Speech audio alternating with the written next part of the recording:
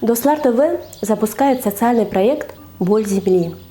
В рамках этого проекта наша задача будет заключаться в том, чтобы обратить внимание общества на то, какой вред собственными руками мы наносим своей родной земле.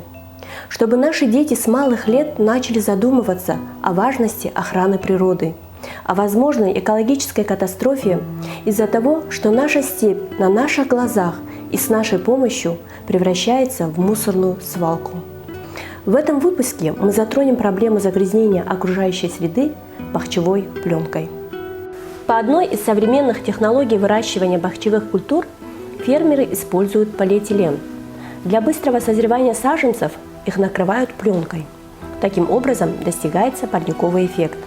После сбора урожая тонны пленки остаются на полях.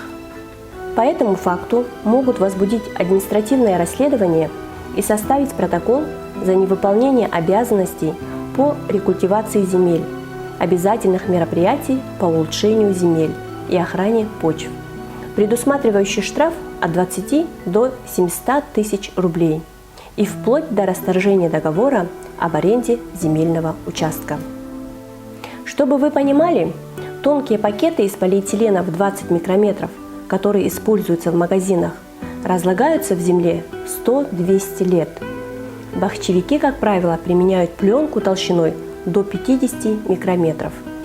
Чем сильнее ветра в районе выращивания, тем больше толщина пленки. Практически все территориальные земли аулов Батырмырза, Боранчи, Кунбатар, Нариман, Уйсалган, Ортотюбе, Карасу, Карагаз и совхоза Черленые Буруны заполнены фрагментами пленочного покрытия. Самое горькое, что мы не ценим, что нам дано столько земли.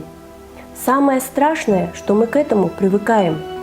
Скоро вырастет зеленая трава, которая покроет большую часть пленки, и проблемы как будто бы и нет. Также эта пленка расстилается вдоль республиканской трассы.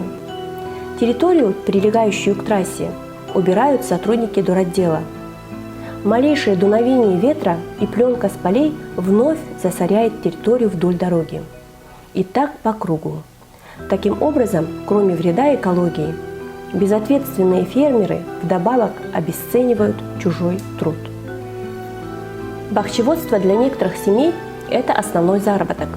Порой эти семьи живут на вырученные деньги целый год.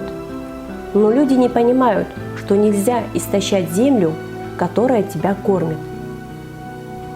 К счастью, не все так халатно к этому относятся. В прошлом году на территории села Кунбатар была собрана пленка с 200 гектаров земли.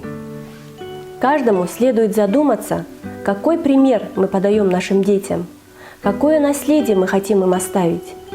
Загрязнение пленкой влияет не только на плодородие почвы, но и на здоровье людей.